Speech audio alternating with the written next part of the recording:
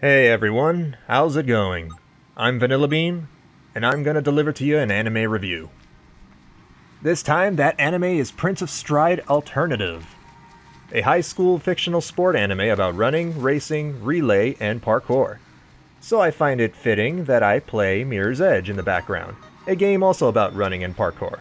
Don't expect any expert or pro plays here though. I'm happy just getting bronze medals. Besides, it's just background footage, and I'm also getting myself ready and psyched for Mirror's Edge Catalyst, which should be coming out soon. Can't wait for that. But anyway, Prince of Stride. It runs for 12 episodes and is made by the studio Madhouse. It's a madhouse, or so they claim! Anyway, in case you don't know, Madhouse has been around for a long time and has produced tons of anime. Most recently, they made One Punch Man, My Love Story, and Overlord. They have a large, let's say, pedigree, and they're usually pretty competent in their works. Although there are certainly some bad eggs they've produced here and there. Now, is Prince of Stride one of those bad eggs? I shall tell you. But first, what the hell is this anime about? Prince of Stride Alternative is based on an otome game of the same name, minus the alternative. Quick rundown of what an otome game is, for those that don't know. It's basically a story-based game or visual novel that is targeted towards the female market, usually with a female protagonist who is surrounded by hot dudes. And lo and behold, the anime has a female protagonist and is surrounded by hot dudes. The anime follows a girl named Nana Sakurai, who joins the Stride Club, a club that participates in the sport called Stride, if you haven't already guessed. Unfortunately, the club is on the edge of disbanding and doesn't have enough members for official matches. So Nana and another new clubmate, Takeru Fujiwara, go out and try to recruit for the club. They meet in press gang Riku Yagami, just barely saving the club. There's your three main characters. Now the club sets out to play official Stride matches and win the big summer tournament, so aptly named End of Summer. That's as basic as high school club/sports anime plots go. But at least it's got a pool, and that pool is that the sport, Stride, is kinda made up and reminds people of extreme sports or X Games. That's the reason why I personally got interested. But VanillaBean, what the hell is Stride? What kind of fictional sport is this? Those who have seen the anime have asked this question for a couple of episodes and no one seems to understand until a couple of matches are shown. The show makes a poor attempt at explaining and showing with clarity of what this sport is. It's simple though. It's just two teams of 5 runners relay racing with some parkour mixed in, to traverse over obstacles or take legal but risky shortcuts. Oh, and each team has a coordinator, talking to them via headset. So what does the anime do to not make that simple? By giving a vague explanation of the rules and throwing around ridiculous technical jargon like relationer. Relationers are coordinators, by the way. Why the bizarre name? I don't know. I can't tell you. And because of those vague rules, some aspects of the sport might not make sense. For example, they don't really clarify what makes a legal shortcut. Apparently, Madhouse didn't consider its audience. You don't introduce a fictional sport without taking proper care to explain the sport, its rules, and its terminology. And that terminology should make sense! But whatever. That is a minor criticism compared to the other problems this anime has. So let's talk about the characters. I find them incredibly dull and lacking. They each fill the same generic roles we've come to know. We have the main girl who the audience can maybe project themselves onto because she has no interesting character traits whatsoever. We have Mr. Cardboard who has no emotions, but is fully dedicated and passionate about the sport. Oh, and he loves legs. He's a leg man. We have the manly hunk who mainly serves for fan service. We have long-haired pretty boy, whose soft complexion also serves as fan service. We have upbeat silly nerd boy, and we have androgynous boy who can easily pass off as a girl, and is also upbeat. Having characters like these aren't necessarily lame. What's lame is that, unfortunately, there's not much more depth to them. Like, at all. Except for Riku Yagami, the really talented fast guy who is really carefree. He's the only one in the show who gets a decent amount of character development. That's sad. Characterization is an absolute joke in this anime. The opposing team's characters are even worse. They're even more cliché. They're easily forgettable and entirely uninspiring. Ugh. I'll tell you what is inspiring, though. Let's talk about something more positive. The music, sound, and the stride matches themselves. The soundtrack's pretty good. The music is upbeat and nice to listen to, and it is especially exciting when the action comes around. I'm talking about the matches and when the characters practice. And the sound design is equally competent too. The sound of speed. The moment when runners take off, and you hear the sound of a jet or something equally cool whizzing by. As silly as that sounds on paper, it works. The sound of wind rushing. The sound of shoes desperately fighting against the pavement. The sound of poles and bars being grabbed and let go when a runner uses them to perform some cool parkour move. And finally, the most satisfying sound.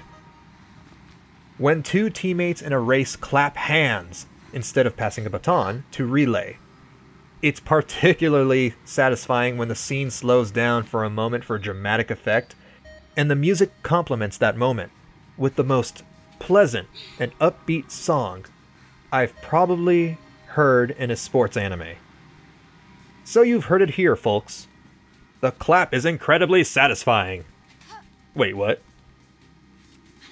The opening song is pretty nice too, but could meet mixed reactions since it has a lot of English phrases that make absolutely no sense.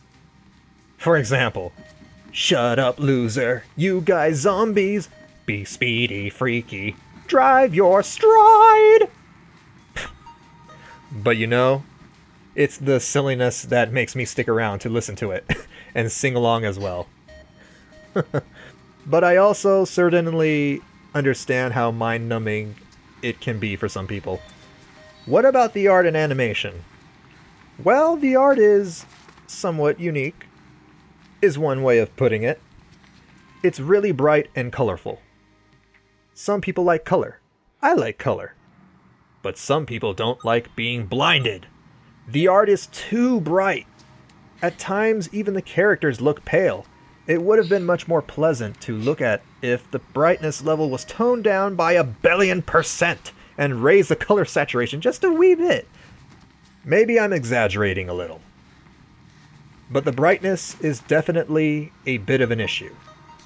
However, I guess if one can enjoy a game like Mirror's Edge and not throw up at the sight of glaring white, then one can definitely tolerate the art in Prince of Stride. Emphasis on tolerate.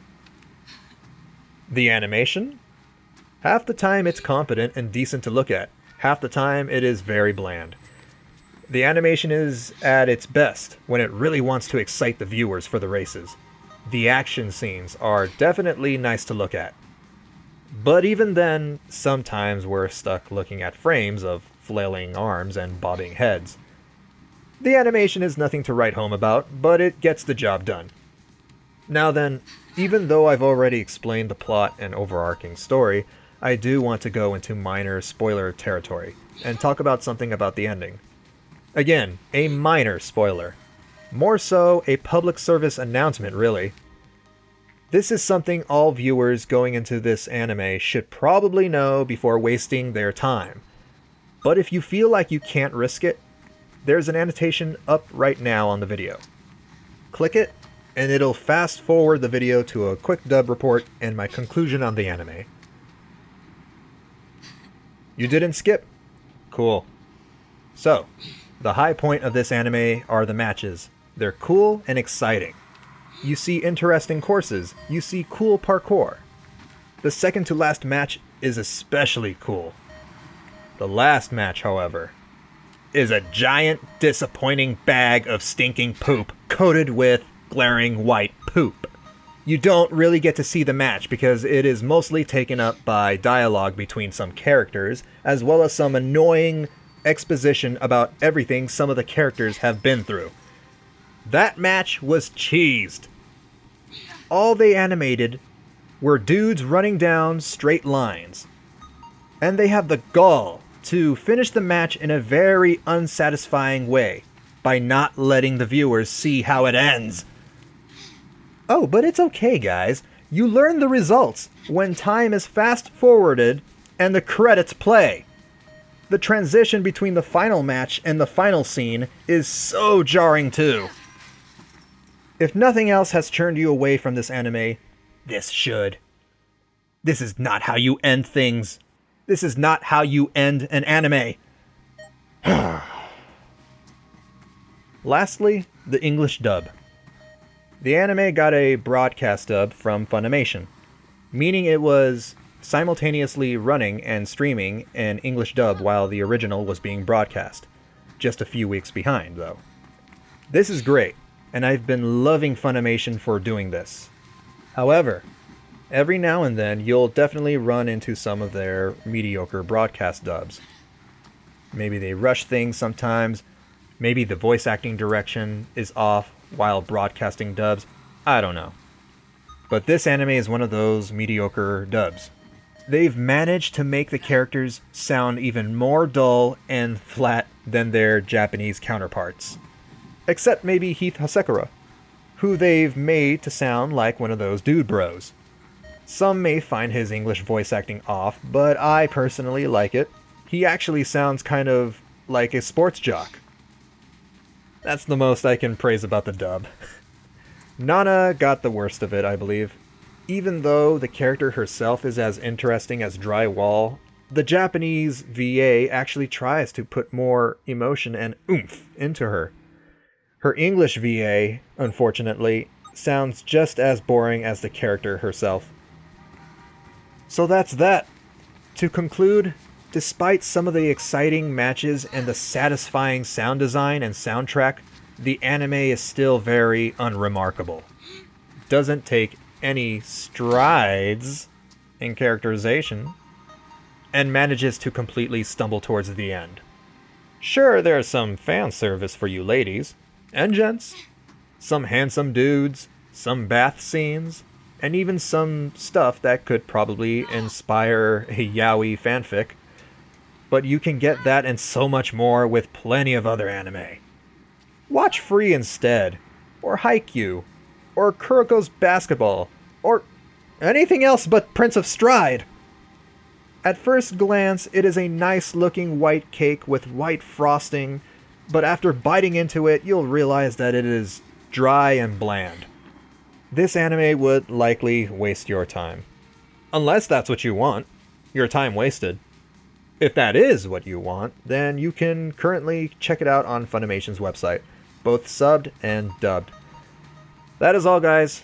Once again, I am VanillaBean. Thank you for watching and or listening, and I'll talk more anime next time. Later.